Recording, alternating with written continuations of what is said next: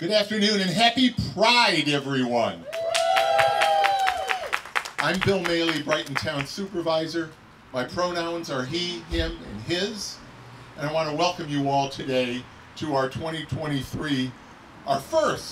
2023 Brighton Pride event, because we will be gathering to celebrate Pride again on Sunday at the Brighton Farmers Market at 9:30 in the morning. I want to tell you, I'm still on a high from being out at Pride Night with the Rochester Red Wings last night, seeing so many friends from the LGBTQIA plus community. Great crowd out there. And I really appreciate the support that the community gets from the Red Wings organization, from Dan Mason, the general manager, from Naomi Silver. It really is remarkable. It does not happen in most places that way. Rochester is an inclusive community. Brighton is an inclusive community.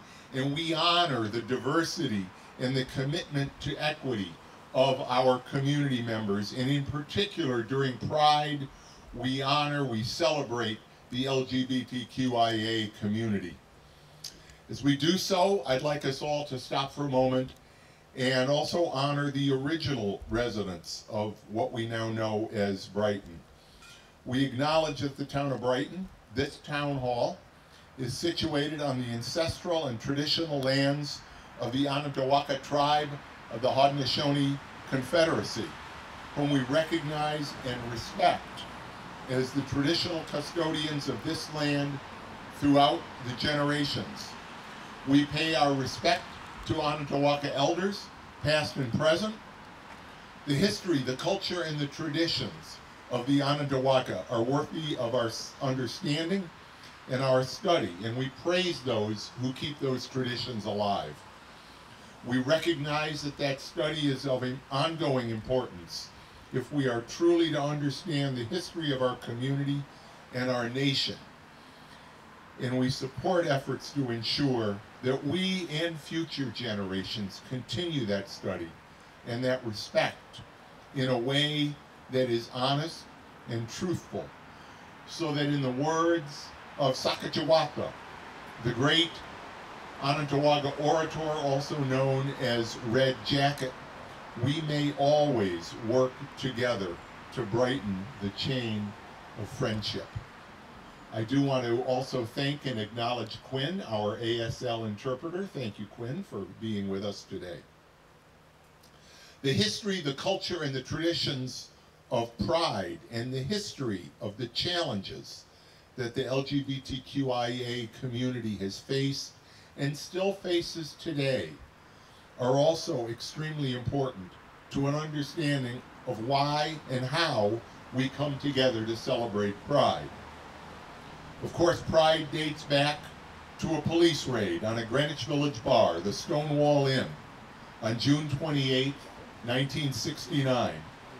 At that time, gay bars were frequent targets for harassment, but on that night and on the following nights, the patrons of Stonewall and other bars in the village made a stand.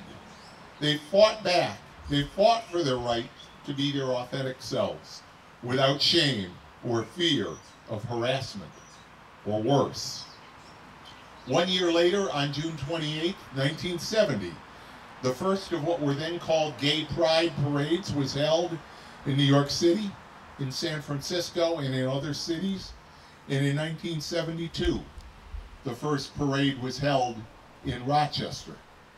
Since that time, the LGBTQ community has achieved many milestones nationally, in New York State, and locally, including just this past week, local recognition from the Rochester Business Journal for leaders in the LGBTQIA community.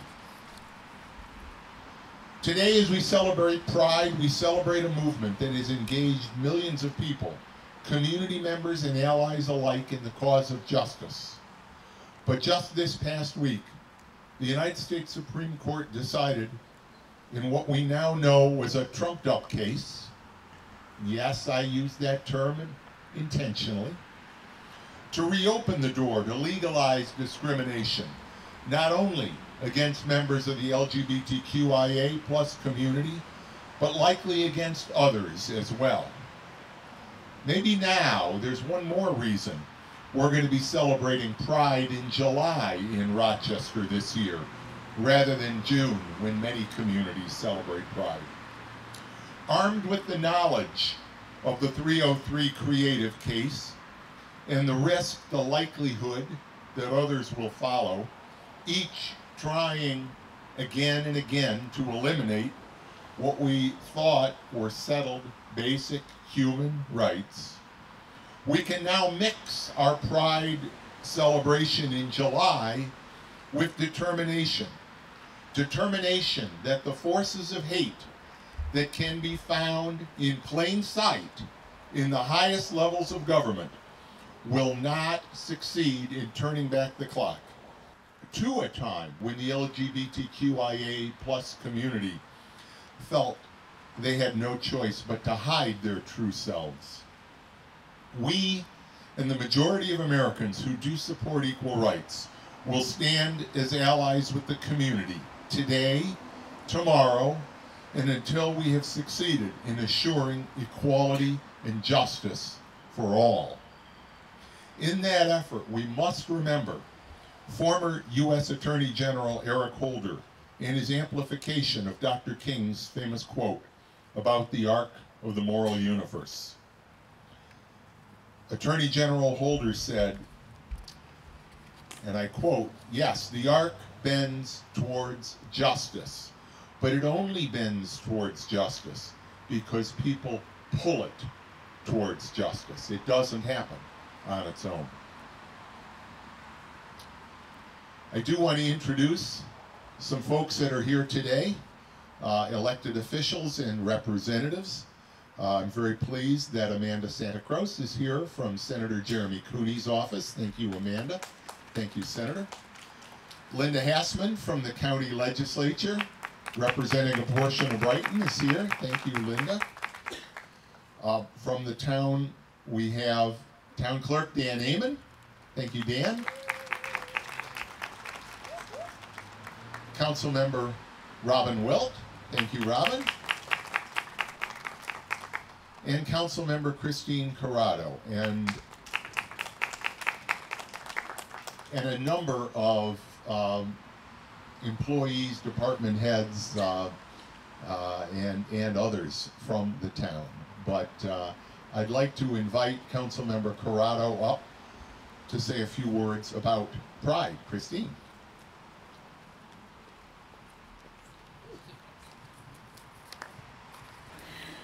So some of what I'll say today, right now, it echoes a bit of what Bill shared, but I was reflecting this morning on the trajectory. And our country's foundational documents describe some pretty lofty aspirational goals. Equality for all, the right to life, liberty, and the pursuit of happiness. But earlier this week, we marked 247 years of independence, 2.5 centuries of collectively striving to live up to those ideals. But too often our nation falls short, especially when it comes to ensuring equality for the LGBTQIA+ people of our nation. For a time, it seemed like we were on the right track towards that life, liberty, and happiness for everyone. And long before the Declaration of Independence was drafted, the LGBTQ community was present and contributing to society, but not without struggle, discrimination, and disenfranchisement. In fact, dominant societal expectations for conformity to gender norms and self-expression were baked right into the Mayflower Compact. Go way back to your second grade history class, right? Well, 3.5 centuries later, the Stonewall Uprising that Bill described seemed to be an inflection point, and popular culture appeared to tilt towards tolerance and even acceptance. I mean, I'm old enough to remember Marlo Thomas's Free to Be You and Me album and TV specials in the 70s. I actually have it on CD for my kid, too. It rocks. But it's been a 2 steps forward, 1 step back trek towards equality. And by 2015, when the Supreme Court finally affirmed gay marriage nationwide, it seemed we were going forward. But last week, that astoundingly flimsy Supreme Court ruling in favor of business owners who don't want to serve members of a protected class, namely members of the queer community, take us backwards. And there's more. Florida's so-called Don't Say Gay in Schools laws chilling all levels of education from kindergarten through college, which is painful to me as a parent seeing that. Numerous states erecting barriers to appropriate health care for trans kids. We see that across the nation, thankfully not locally. School districts banning books featuring queer characters who represent the kids reading them. It's exhausting and infuriating, but it's not insurmountable. Locally, right here in Brighton, we strive to keep moving towards our aspirational ideals. We take as many steps as possible, walking together with acceptance, love, and support, and pride. For a community like ours, it's incredibly important that parents of queer kids, queer parents of straight kids, LGBTQ Brightonians of any age and stripe can proudly just be in Brighton. For example, our recreation department pledges to provide quality, affordable, safe programming for all members of community, and they truly mean all. The Brighton Farmers Market vendor roster proudly includes LGBTQ vendors who sell top quality, amazing baked goods and produce to all market goers. Our public library collection is full of titles that reflect back the entire rainbow of our community.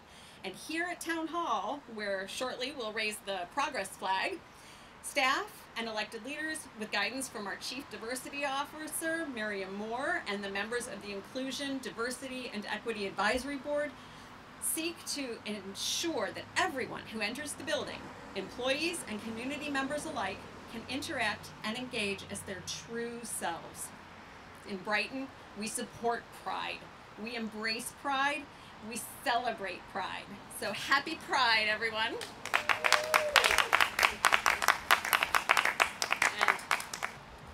Thank you so much, Christine.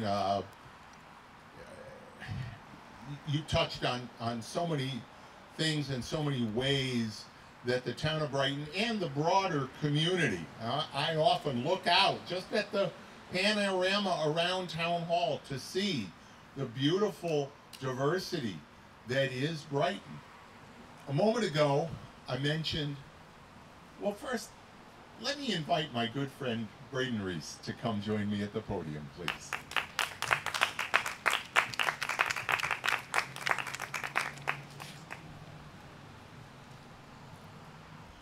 I mentioned having been at Rochester Red Wings Pride Night last night. The Wings have been hosting Pride Night every year since 2019. And each year the ball club works with a community partner. For the last 3 years, the Red Wings have worked with Rochester LGBTQ+ Together, which is a volunteer-run social and support group for members of the LGBTQIA community in Rochester, Monroe County, and Western New York. Now, when you talk about volunteer organizations, what you're really talking about are people. People that are devoting their time and talents to something they believe strongly in. And that description fits Braden Reese to a T. Braden lives in Brighton, his chosen home, after being born in Syracuse and raised in Oneida. Braden graduated from SUNY Oswego with a BA in political science. And Braden has put his education and his commitment to equity to work for the LGBTQIA+ community. And let me be clear, that work for that community is work for the entire community. It benefits the entire community. Braden's done this both in his professional career as well as his very extensive volunteer schedule. Braden founded and currently serves as the director of Rochester LGBTQ+ Together, the organization that I just mentioned. Braden manages all of the programming, projects, and initiatives of that organization. He's also the administrator of Rochester LGBTQ+ Mutual Aid, committee chair at the Rock Pride Collective, and an advisory board member for Shoulders to Stand On. He's also the community guest programmer for the MAG's Pride Celebration Day, and yes, community partner liaison for Red Wings Pride Night, right there front and center tabling as we all walked in last night. Believe it or not, on top of that, Braden has a day job. He is the managing director of Image Out, the Western New York LGBTQ+ arts and culture not-for-profit organization. Previously, Braden worked as LGBTQ+ center manager and program manager for the Out Alliance. Braden and I share a love for Brighton's trails, particularly the Brickyard Trail, where he led a community walk just this past week. It is my pleasure as supervisor and on behalf of the entire town board to recognize Braden for his extensive service to this community here in Brighton and throughout the area. I'm going to read a proclamation and then I will be presenting it.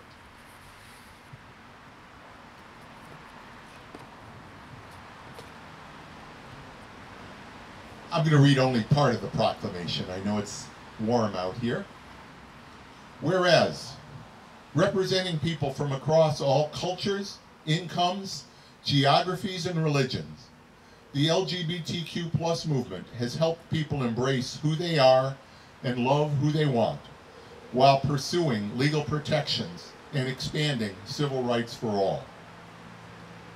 Now, whereas, organizations such as Rochester LGBTQ+ Together, a volunteer-run social and support group for members of the LGBTQIA+ community in Rochester, Monroe County, and Western New York, help make Brighton a safe space and an inviting place for the community. And whereas today we honor fellow Brightonian Braden Reese, who is the director of Rochester LGBTQ+ Together, managing director of Image Out, administrator of Rochester LGBTQ+ Mutual Aid. Who's flying the plane? Community events chair for the Rock Pride Collective and an advisory board member for Shoulders to Stand On. Whereas this is a grave time for democracy and human rights in America, making the celebration of Pride especially important, so the voices of the LGBTQ+ community and their allies are heard clearly, proudly, and loudly, and never silenced. Now therefore be it proclaimed that I, William W. Moehle, Brighton Town Supervisor, on behalf of the members of our Town Council, do hereby thank Braden Reese for his commitment to uplifting the LGBTQ+ community and proudly celebrate Pride in the town of Brighton. Further, we urge all residents to join us in recognizing the importance of Pride and committing to working for equal rights for all. Happy Pride, presented this 7th day of July 2023 by myself, William W. Moehle, Brighton Town Supervisor. Now, give it up for Braden Reese and Pride.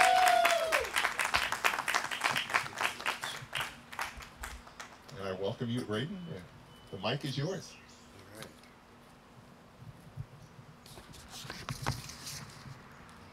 I didn't prepare a speech, but I did write down some notes. You'll have to apologize. We had a little too much fun last night at Red Wings, and I barely have a voice. But they did win. Go Wings. So we've been reflecting at Rochester LGBTQ+ Together on all of our team members on what Pride means to us. So I just jotted down some notes. First of all, Pride is for everyone. Pride is 24/7, 365. It's wonderful to have a Pride Month, or as Monroe County thinks, 2 Pride Months. But Pride is every day. Pride is not rainbow capitalism. It is not a corporation. You do not have to earn pride. You do not have to be given pride. Pride exists in your heart. It exists within you. Pride began as a riot for LGBTQ+ liberation. Pride should be accessible to everyone, no matter their ability or anything else. I also wanted to talk a little bit about Pride is a Riot. It's a call to action, and it's important that we make space for everyone at Pride and year-round at our events.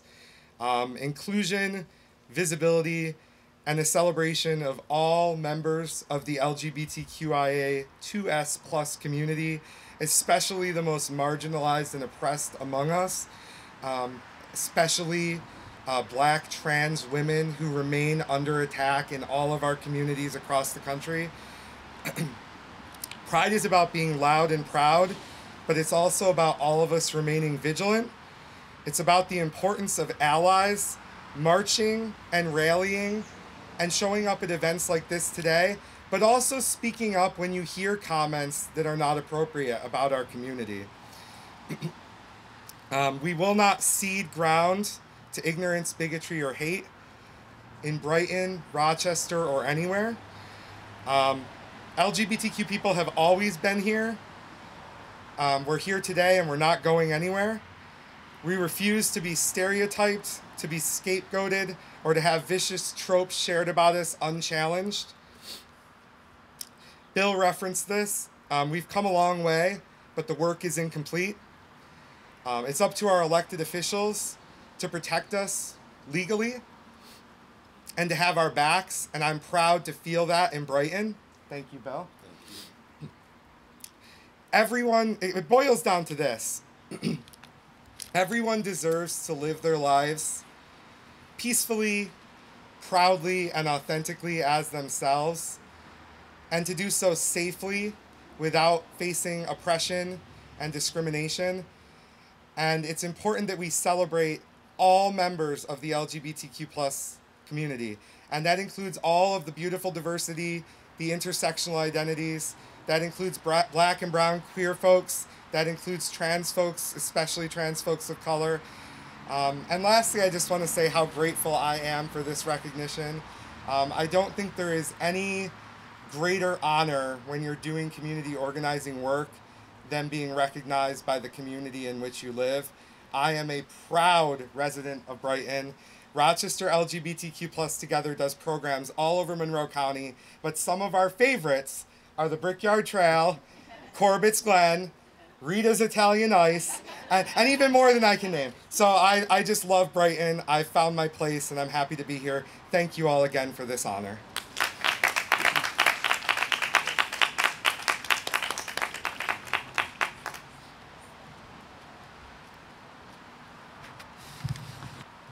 Thank you so much, Braden. Powerful words, powerful work. Thank you. Next, I want to invite Brighton's Chief Diversity Officer, Miriam Moore. Miriam will share her thoughts on the significance of Pride. Miriam? Thank you, Supervisor. No poem today. I will be brief. So, I am incredibly excited to be standing here with you today in acknowledgement of Pride. There is a notion that I believe in and therefore hold on to. And it goes like this. What is good for one must be good for the broader community. So what does that actually mean? How does that apply to each of us? Simply put, despite the level in which you may hold the power, may it be interpersonal, organizational, or systemic, be mindful of the role that you play in offering and upholding inclusiveness and true equity. I, in my charge and in my role with the town of Brighton, remain deeply committed to the social inclusivity and mobility of marginalized populations, such as our coworkers, friends, and neighbors of the LGBTQ+ community. We as a town stand in solidarity with you. And if I refer back to the opening statement, what's good for one must be good for the broader community, our work will be well guided. Stand in your truth, we're standing with you. Thank you.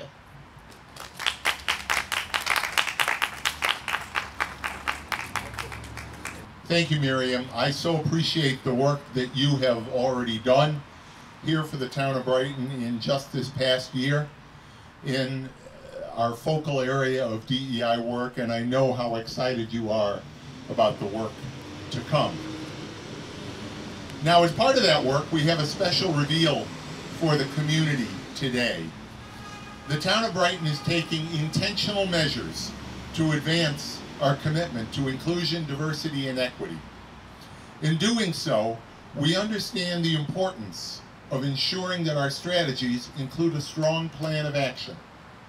We recognize that part of being present for the LGBTQ+ community lies in communicating that the space we occupy is safe space for the community. The town of Brighton wants to say loud and proud that our facilities, our programming, and our people are safe spaces for the LGBTQIA+ community. And I am therefore very pleased to unveil the Brighton Safe Space logo, which will appear at town facilities. To say it, I'll say it once again, to say it loud and proud, that town facilities are safe spaces, that the town will not tolerate homophobia or other forms of hate directed at members of the Brighton community, or others who may be here working, shopping, eating, or simply enjoying themselves on our trails here in Brighton. I want to thank Miriam. Thank you so much for working to develop this logo.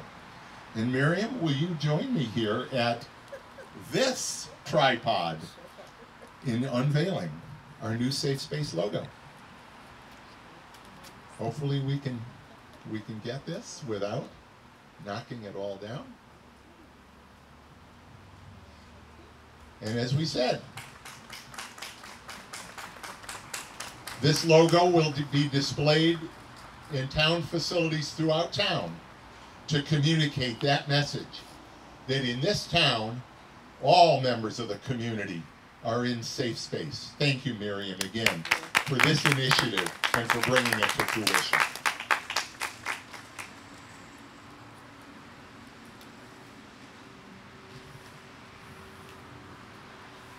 But wait, there's more. This logo, as important as it is not the end of our work, of course.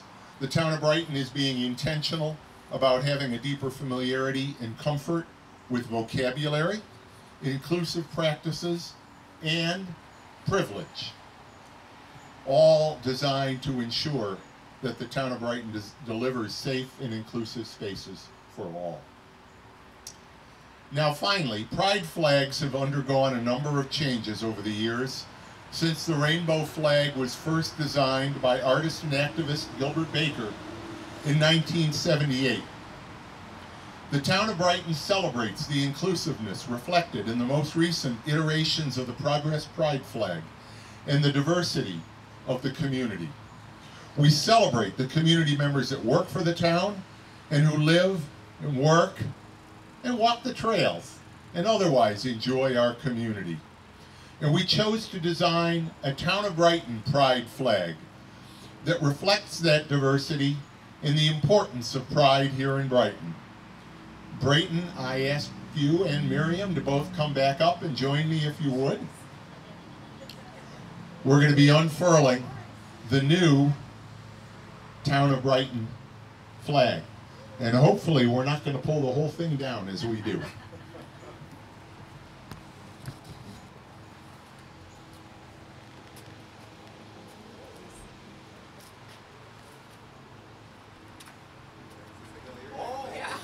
You can't reach that.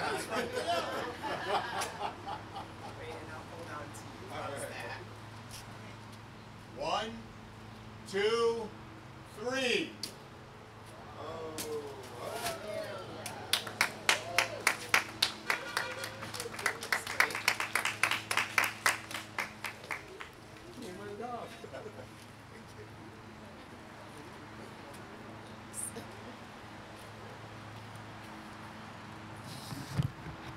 As you see, the flag includes our town logo in with the new circle and the other colors and elements of the Progress Pride flag. Thank you to Bridget for working on this project and so many other projects. And who am I forgetting? Dan. Oh, and Dan, yes, right. We're going to be displaying this flag on our facade every year during Pride, maybe for 2 months of Pride. And I do hope that seeing this flag will serve as a reminder of our collective responsibility to pull the moral arc of the universe towards justice, as Attorney General Holder admonished us. Thank you all for joining us today. Again, I do invite you to join our Pride celebration at the Farmers Market Sunday morning at 9:30, and to join us as the town of Brighton marches in the Pride Parade a week from Saturday. And that's going to be a lot of fun. Town employees, I think you can talk to Bridget or talk to Shanna, but we're going to be out and enjoying and really sending this message of inclusion in the town of Brighton a week from tomorrow. Again, thank you very much. Happy Pride.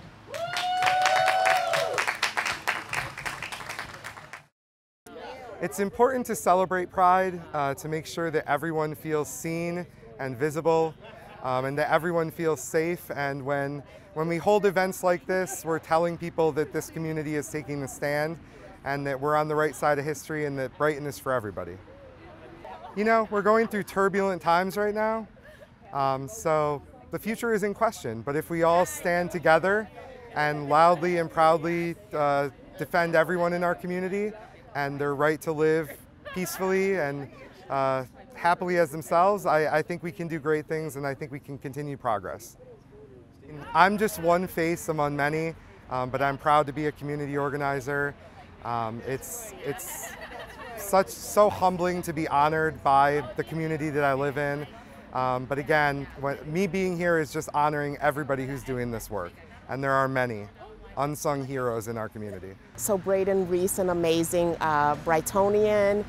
We're so very proud of the work that Braden does within the Brighton community and the broader community around LGBTQ+ rights, and as Braden himself said, rights in general, human rights. We here at the town of Brighton, the town supervisor, believe that we must do our part with our messaging and galvanizing the community, especially around Pride. It's important because individuals from the LGBTQ+ community and other members of marginalized communities continue to feel the effects of being marginalized, of being ostracized. And so it is our duty as elected officials and as department heads and leaders within the town of Brighton to serve as the galvanizing force, to really align ourselves with what it means to reinforce diversity, equity, and inclusion, and to advance the social mobility of individuals from marginalized populations. This is important work. Our Chief Diversity Officer, Miriam, has been with us a little over a year now. We've expanded our celebrations. We've shown the work that we're doing, and we recognize we've got a lot more work left to do. This community has high expectations, and rightly so. Our job as local officials is to really reflect the diversity of the community and make sure that we're responsive to their needs. For so many years, the LGBTQ+ community has faced a number of challenges, including just the fundamental pressure to hide their true identities, to hide whom they love, to hide their relationships. So it really goes to just the fundamental humanity of who we are as a community. When we celebrate Pride, when we celebrate this community, we celebrate all the communities of Brighton. We celebrate the accomplishments, the many ways that people of all backgrounds contribute to make Brighton such a great community.